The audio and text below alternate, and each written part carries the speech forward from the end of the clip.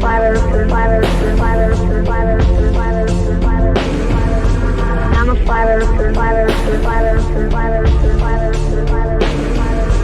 I'm a flat earther. Hey, my name is Tristan, and I'm in second grade, and I asked my teacher to show me an experiment where water curves.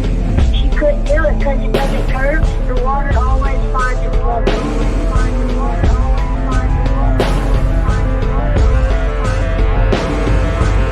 What'd your teacher do? She just didn't talk to me anymore. All she did was walk away. And I was like, what is this about? What? That's okay though. For being so young, you're very, very smart. That's fantastic. Yeah. So keep up the good work, man, and stay flat, okay? Okay, I'm a flat earther.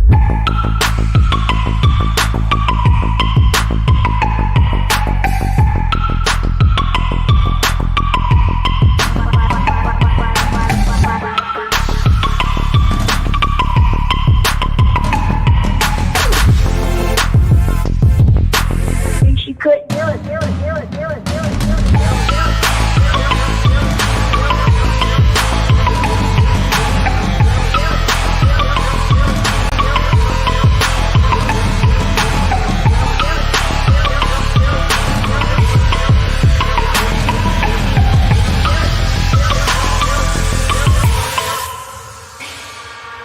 I'm a flat earther. I'm a flat earther. I'm a flat earther.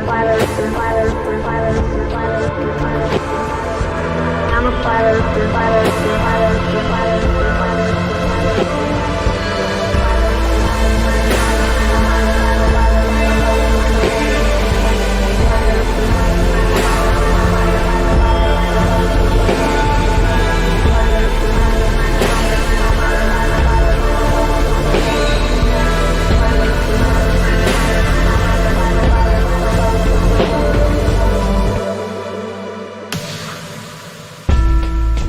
Hey, my name is Tristan, and I'm in second grade, and I asked my teacher to show me an experiment where water curves. She couldn't do it because it doesn't curve. The water always finds a water.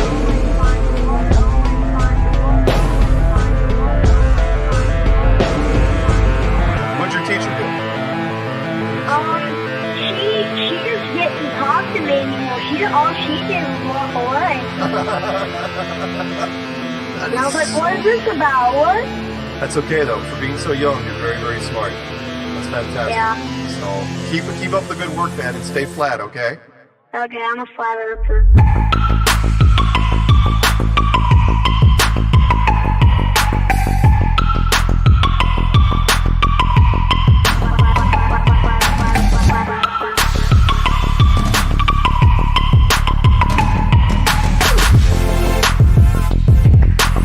She couldn't do it.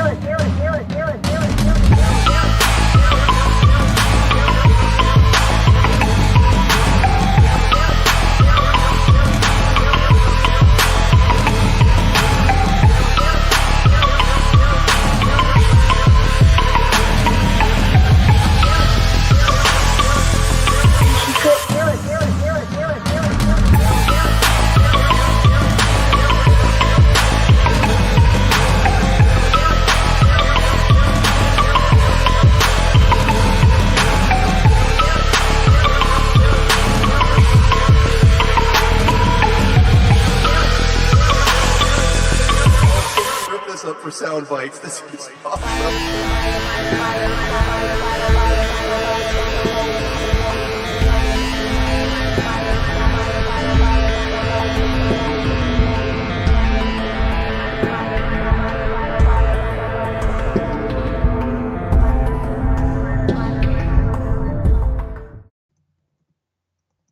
All right. Good day, everyone, and welcome back to Anti-Religious Scripture Study.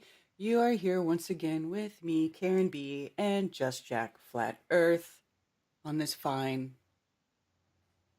Shabbat Saturday. Shalom. Shabbat Shabbat Shalom. Can you hear me? Yeah. Yes. Okay. All right. Shabbat shalom. Yeah, we had fun playing with our technical issues as always, and we got it working. So let's go. Yeah. Fine. Fun. We got it all worked out. I saw 11:11 as it happened. I didn't call it out because I was, making sure my stream was going and stuff. But anyway, ready to go. Want to read your disclaimer, Jack? Sure. We'll just pop that out of the way. Mm-hmm. Just. I love when I do that when I can't even say my own name. Just Jack's disclaimer. To the religious, if you believe it's wrong to study scripture outside of your religion or denomination, if you believe your religious leaders or church fathers are incapable of having inherited anti-scriptural traditions of men, if you've already made up your mind about scripture, including the scripture should not be studied at all, then this stream is not for you. To others, if you are open-minded to others' opinions, if you haven't made up your mind about scripture, if you've been turned off to religion but believe there's truth in scripture that may have been changed or hidden by religion, if you live according to scripture and like to dig in and discover more, then this stream is for you. We are looking at scripture in the original language using concordances or dictionaries for root words, as well as context from a non-religion perspective, as well as life experience discussion. We are not here to argue with others about theology or doctrine by the traditions of men, including Catholicism, Christianity, or Judaism. We will be discussing the importance of origins and show how religions contradict the scriptures. There we go. All right. Right on. Let's see the chat here. I'm trying to move my windows around. Yeah. Okay. I'm ready to go when you are. All right. We can take a review of last week if you'd like. Sure. Little recap. Last week was a long chapter. Long chapter. Let's see. Last week was 41, right? And this was about, well, a lot happened in this chapter. The Pharaoh. Well, if you read the header, it's all about Joseph interprets dreams. It's always about Joseph interpreting dreams. Never anything about the meat. Right. And also prophecy of blessing and curse. Really. Right. With the 7 cows. We got an oath of we got an oath of famine, and we got an oath of blessing. And the oath of blessing is going to be so much that you can store up enough to go through the curse. Right. We got fat cows eating skinny cows. We got fat grain eating skinny grain. Grain, vice versa. Yeah, skinny grain eating fat grain and skinny cows eating fat cows, and then not looking any better for having eaten the fat cows. Right. And so much so that you won't even remember the fat because of the skinny being around for so long. Mm-hmm. Like, remember when we were prosperous? Nah, man. When was that? I'm too effing hungry. I'm suffering right now. Yeah. Freaking hungry. I can't think about that right now. And yes, I made a boo-boo on my wrist. Did you? I twisted it somehow. If you were wondering about the bandage. I didn't even see it. I think it was because I was changing it right here. Oh, geez. It's just an ace bandage to stop rotation of my wrist so it can heal. But so, and then because the seal ring, that was an important part. The seal ring, because it's the marker for the authority. So Joseph is literally number 2 in all of Egypt. Right. I was just going to say the Pharaoh puts Joseph basically in power, only under himself. And so that's it. Joseph rises to power. Uh-oh, Jack. Did I lose you? Approach him and just kiss him on the mouth. It just isn't going to happen. Okay, whatever you said, we missed. Okay, Sky made a weird noise. Are we still connected? We are now, but it came back when you said kiss him on the mouth. Oh, I said with that authority, most people probably would not be able to approach him and kiss him on the mouth. The likelihood is not the translation of kiss, but to kiss means to interact with, to be an armory for, so it's a very loose translation word that can sometimes mean kiss if it fits in the context. But even though there you can kind of possibly changed it to an embrace or, some kind of other physical interaction. So, Mm-hmm. Right. So, anyways, Yosef is in power, and he saves all the grain while there's the big plentiful harvest of grain for the 7 years, and he saves a whole bunch. And then when the scarcity comes, he starts to get rich because everybody's coming to buy grain off Yosef because he was That's smart and right. saved it all. Right. And don't forget that Yosef's name means to store. Right. Right. So that's an important part. Like in the Hebrew practice, I'm talking like pre-Judaism, right? The Hebrew practice, you don't name your child right away. You actually wait for intervention or download or whatever you want to call it to be what this child's name is going to be. And typically, for a male, it's done when the circumcision is done. So for 8 days, they're contemplating on what to call the child's name. And then it's established with the dedication of the circumcision. And a lot of the times you'll see what their name means as they live their life. So some people had named their children what you would think would not be a good name for a child, something that's very negative.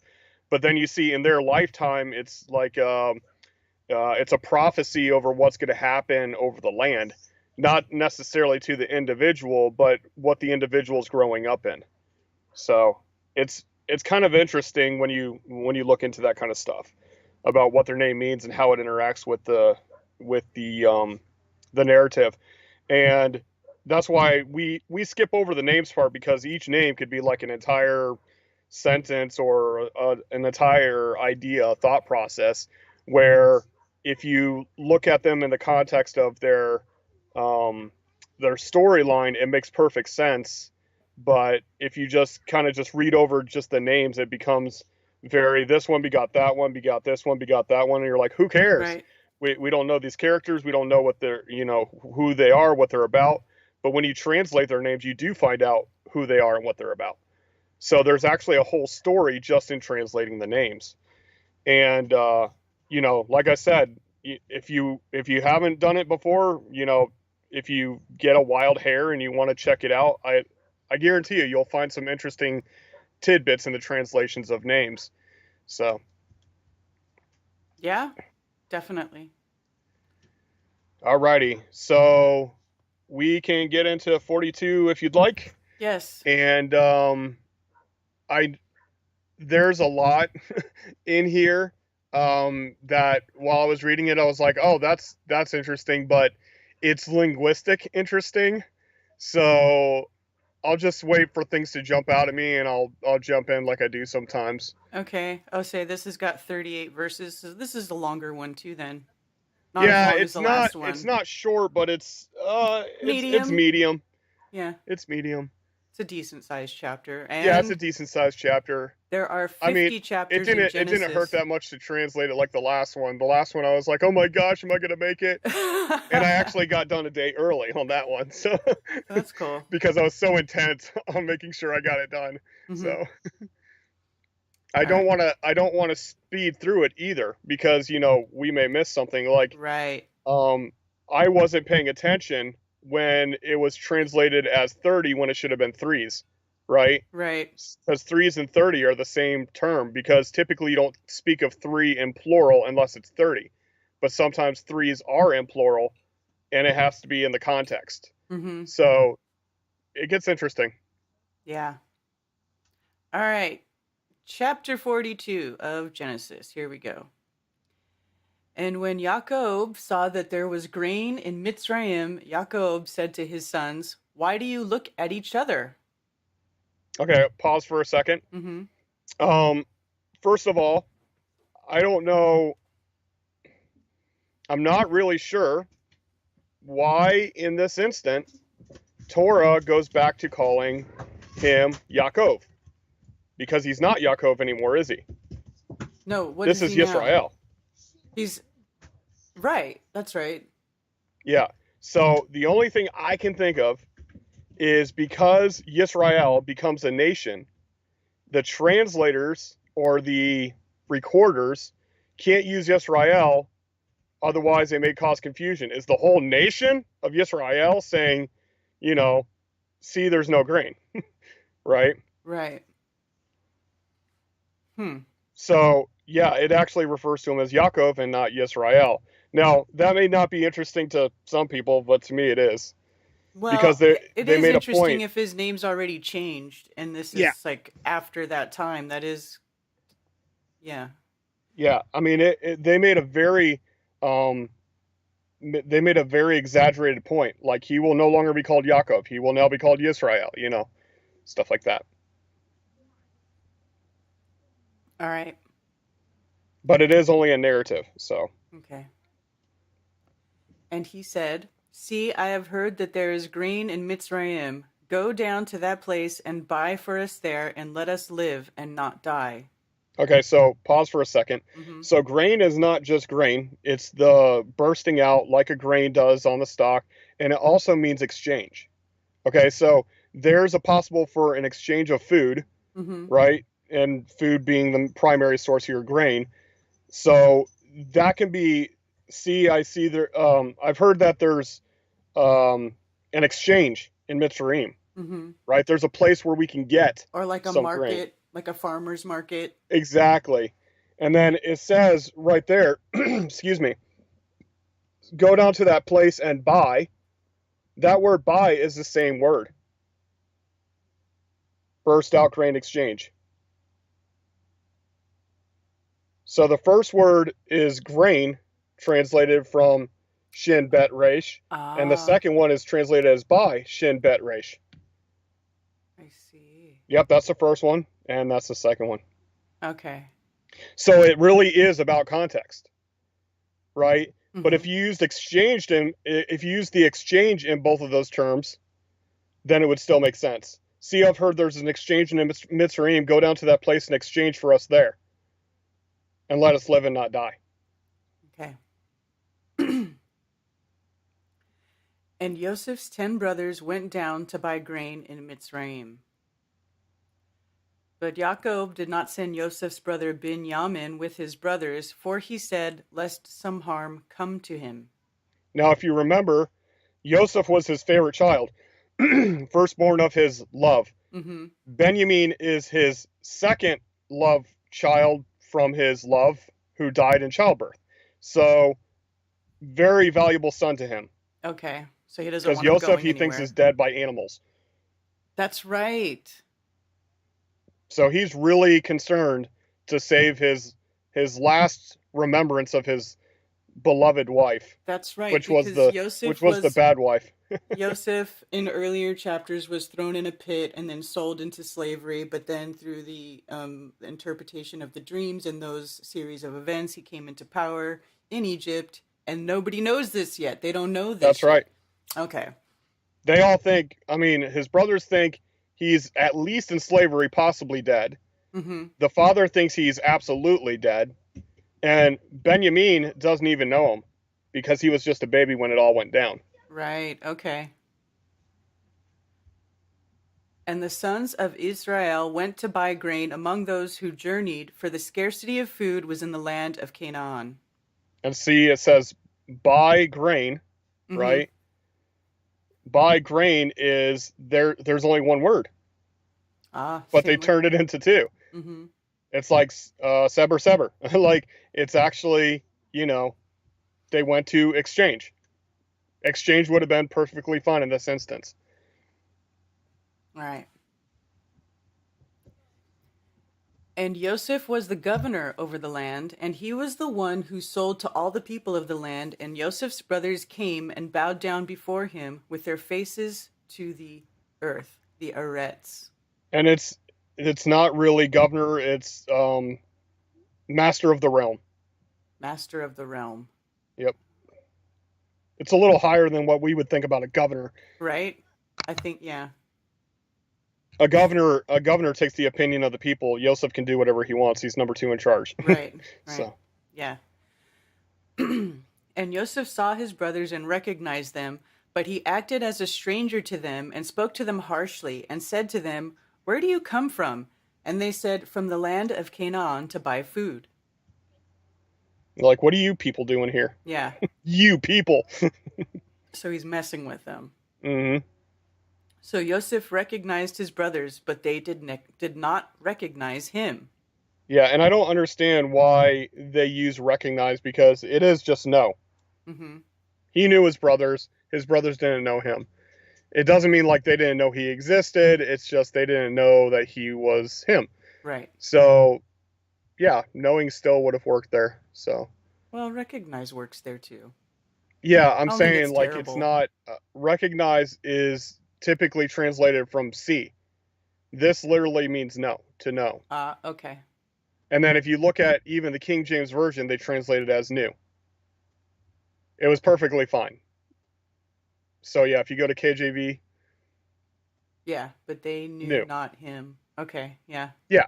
So that would have been perfectly fine. Don't know why they chose recognize, I guess for literary flow or Yeah. whatever. But yeah, why would they need to change it to recognize? It's I a don't know. knowing. It's about knowing. So, And Joseph remembered the dreams which he had dreamed about them, and said to them, "You are spies. You have come to see the nakedness of the land." okay, so what dream did he have of his brothers? That they would be bowing to him. Very good. Good memory. Yep. So way back when, they helped interpret the dream. Mm-hmm. Like, are you saying that we're going to bow down to you? And Yeah. even our parents are? Come on. Yeah. Right. And they said to him, "No, my master, but your servants have come to buy food. We are all one man's sons. We are all trustworthy. Your servants are not spies." But he said to them, "No, but you have come to see the nakedness of the land." Okay. Exposed. Expose. What's exposed of the land, right? Mm-hmm. This is that same word where Adam and Eve were exposed and they didn't care Mm-hmm. until they had their transformation. Right. And they said, "Your servants are 12 brothers, the sons of one man in the land of Canaan. And see, the youngest is with our father today, and one is no more." And Joseph said to them, "It is as I spoke to you, saying, You are spies. By this you shall be proven. By the life of Pharaoh, you do not leave this place unless your youngest brother comes here. Send one of you and let him bring your brother while you are kept in prison. So let your words be proven to see whether there is any truth in you, or else by the life of Pharaoh, you are spies." So he's going to toss one of them in a pit. Right? Because they threw him in a pit. Yep. Now it's their turn. And he put them all together in prison for 3 days. Now Joseph said to them the third day, "Do this and live, for I fear Elohim. If you are trustworthy, let one of your brothers be confined to your prison house, and you go, bring grain for the scarcity of food to your houses." I find this interesting. Go back to verse 18 really Okay. quick. So he said to them on the third day, the Elohim of mine thrown back. Okay, so I fear my Elohim. Mm-hmm. So it's not just I fear Elohim. It's his Elohim, and he's not portraying that his Elohim is their Elohim, right? Because it's a vague statement. There's no reason for these children of Yisrael to believe that an Egyptian master is worshiping the same Elohim. So there is a difference between these Elohim. Elohim is not a name, it's just a title. Okay. If you are trustworthy, let one of your brothers be confined to your prison house, and you go bring grain for the scarcity of food to your houses. Okay, already said that part. Yep. And bring your youngest brother to me, and let your words be confirmed, and you do not die. And so they did. And they said... Okay, hold on, go back. Okay. So I missed a translation here. If you see, it says Esau. Uh-huh. So it says, and you do make affirm. So they did make him true. And so they did. But because the name Esau is in there, it pulled it out.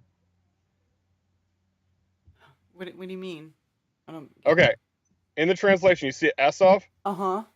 Okay, that's not actually there. There's no name of Esau there. Yeah, that's what, yeah. So what's going But the on? translation of his name is do make him. Oh, I see. So you're just pointing out that his name. Yeah, it's not supposed to be Esau there. It's supposed to be do or make, do affirm. Uh-huh. Okay, so it's because that 3-letter root is in there, it got translated as the name. Where in reality, it's a 2-letter word and a suffix. Okay. So if you highlight those 3 letters, the 2 on the right, from right to left, is ayin shin, which means do or make, and then the vav means him or them. Okay. But in this case, it's and he does, and they do or make him affirm. So truth, right? Affirmed. Mm-hmm. Yes, right? Can means yes or affirm. So they did that thing that made true. Okay. And see, I missed that during the translation, but I caught it just then. Like, wait, Esau, that's not supposed to be there. All right. And they said to each other, "Truly we are guilty concerning our brother, for we saw the distress of his life when he pleaded with us, yet we did not listen. That is why this distress has come upon us." And then it says, truly we are guilty. It doesn't say truly.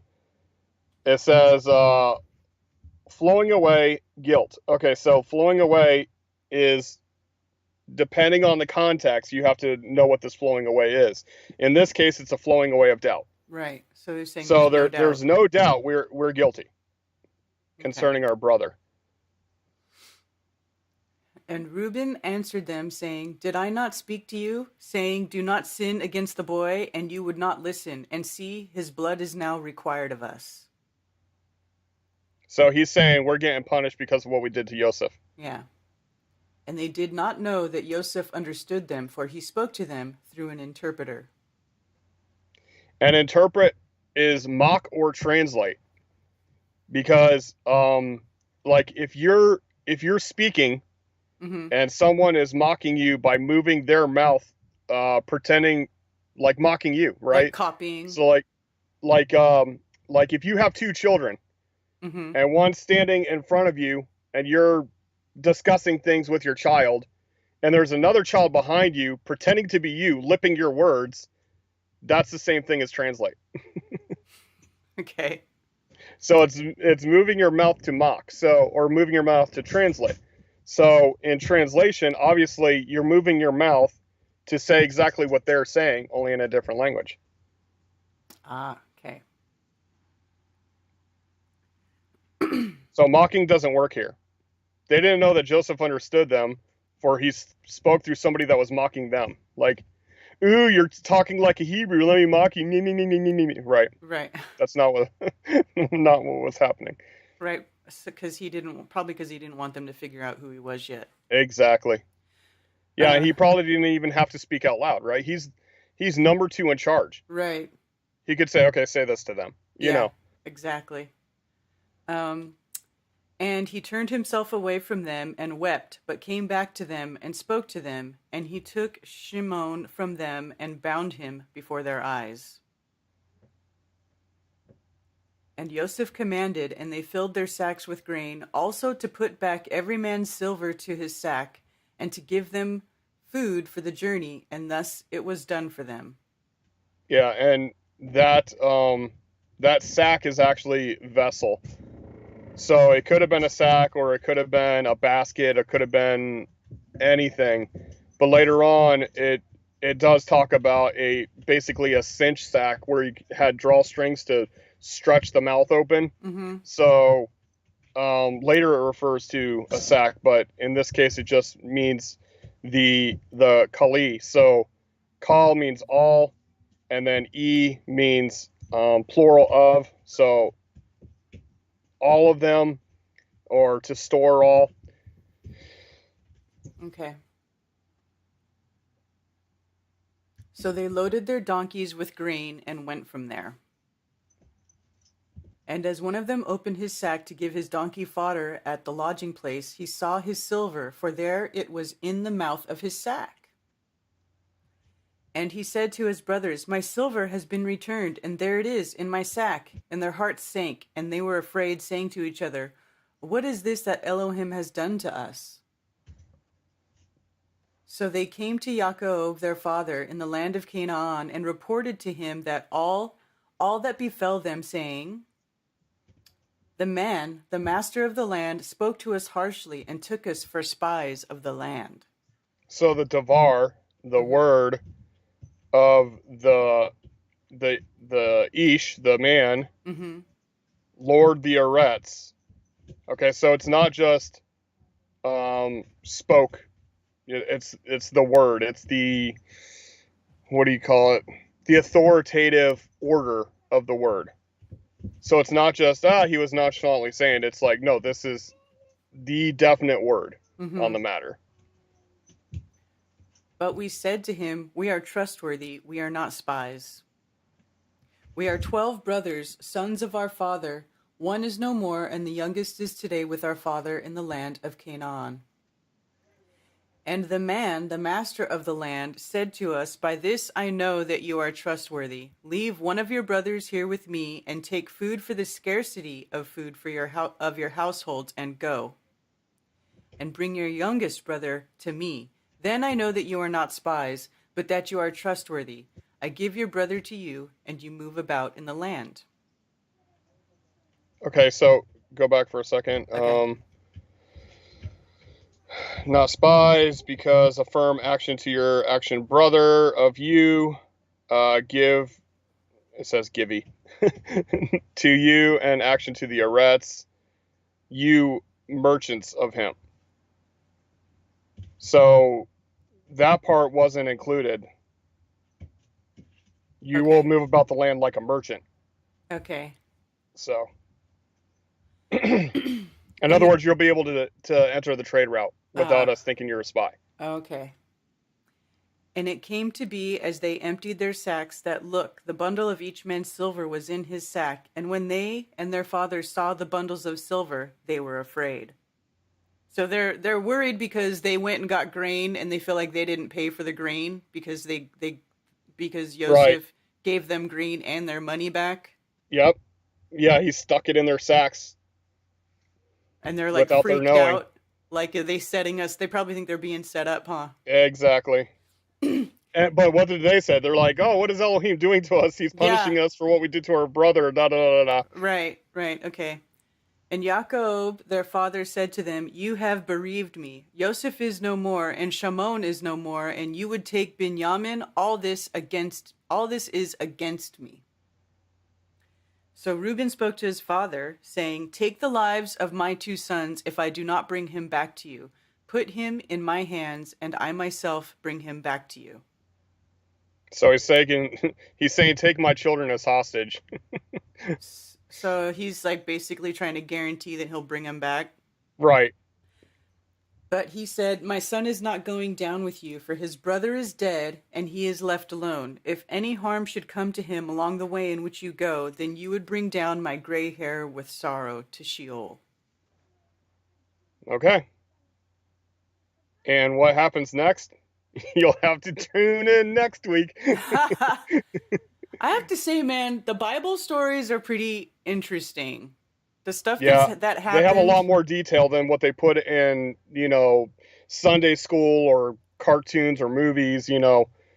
There's a lot more in-depth conversation going on. There's more, cause and effect relationships going on. It's very important to get context to understand exactly what's happening.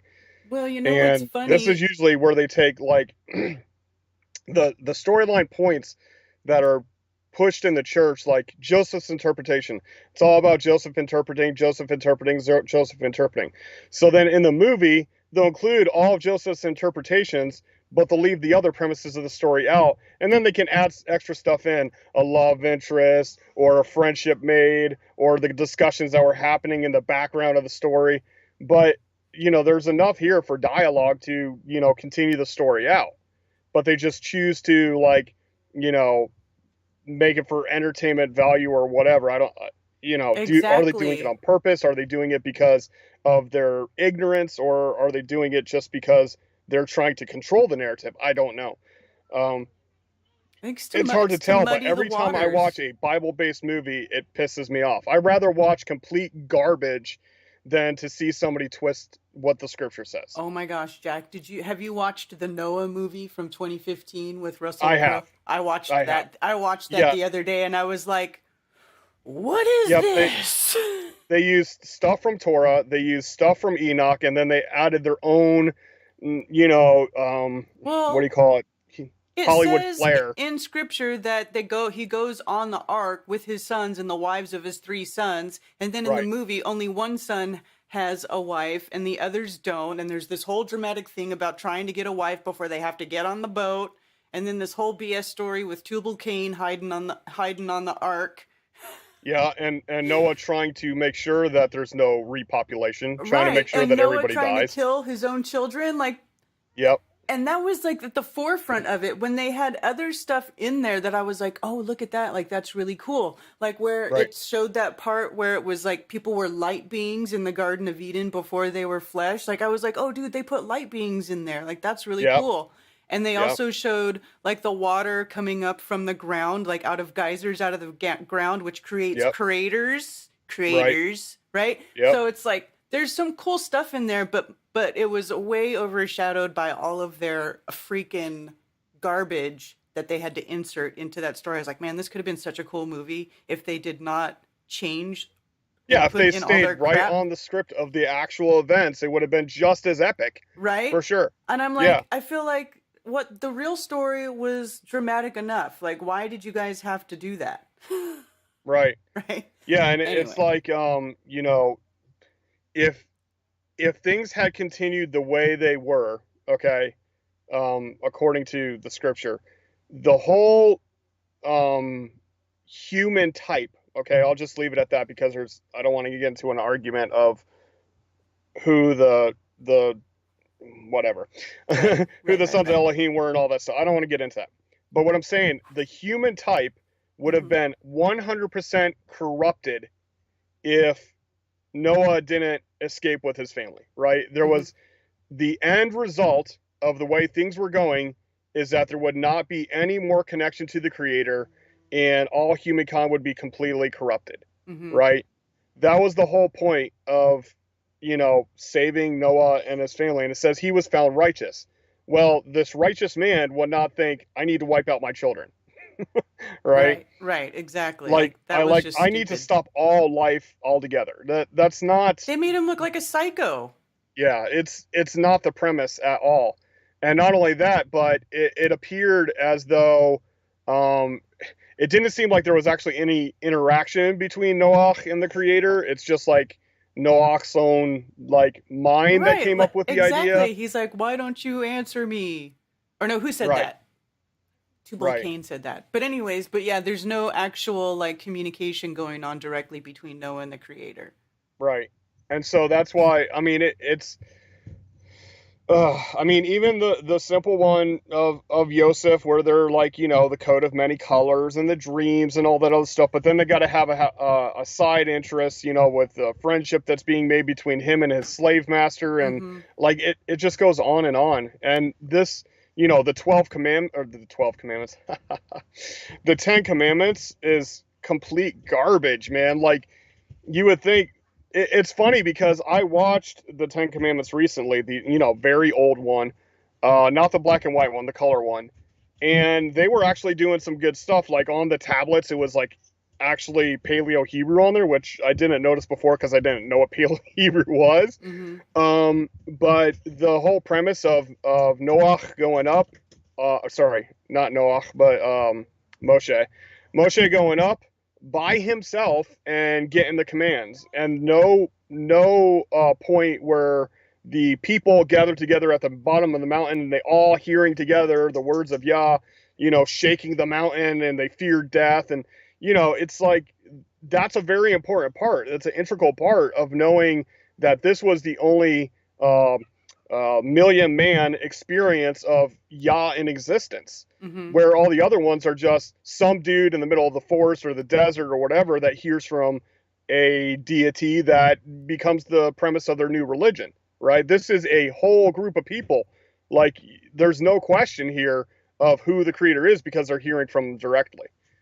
So them taking that out removed that very integral part. And then they had this other, love interest and his brother relationship with the Pharaoh and all this other stuff that they just shove in there to make it a fluffy story, but they take out the very important parts in between. They actually went to war a couple times in the desert that they don't even bring in there, Uh-huh. And that's the same thing in church when they talk about Moses going through the desert for 40 years. And then when they got there, they went to war to take over the land. Nobody even acknowledges that they had to go to war while they were in the desert. They were pursued because they were, they're a group of people out there with resources. They're going to get attacked. They're going to have to go to war, right. So anyway. Yep. So yeah, it's very frustrating, like you said, if you just read through the scriptures with an open mind and read the details, it's a very interesting book. I mean, it's the only book, and I know people are going to get mad at me and stuff, but it's the only book that I read. Like, it's the only book that I study. Like, I'll glance through or speed read through other books of information, but this is the only book where I really try to make sure I understand what it says, because it matters. These little integral parts actually build the whole premise of who we are and who we're supposed to be. It's not just it's not just flaky stories for entertainment purposes. Yeah. There's a whole cause and effect relationship, and people need to know that. There's even in other philosophical premises, they know there's a cause and effect relationship of doing good or doing evil, doing functional, doing dysfunctional, so. Exactly. So, yep, that is a medium chapter, and it looks like, let's see, tomorrow for me, but next week for y'all, chapter 43, let's see. 34 verses. Yep, 34 verses, and it still doesn't complete the scene. So, yeah, No, it's it going to be a doesn't. few chapters with this storyline. Wow, this goes on for a while with Joseph and his brothers. Yep, there's a whole thing. Wow. And it's not just in no movie have I ever seen all these details being fit in. Dude, the next 4 chapters are about Joseph. Yep. And then it talks about them dwelling in Egypt up until the last chapter. Mm-hmm. So yeah, this one is a very intricate storyline. I mean, it's very important that you get the context of how they come back together and how his brothers had to be humbled first. Yeah. So, yep, good stuff. Interesting. All right, cool. Well, thanks, Jack, and thanks everybody for joining us once again for Anti-Religious Scripture Study. Shabbat Shalom, y'all. Shabbat Shalom. Have a good day. Enjoy Still the day. Flat. Still flat. Earth is still flat for sure. Absolutely. And we'll see y'all next week.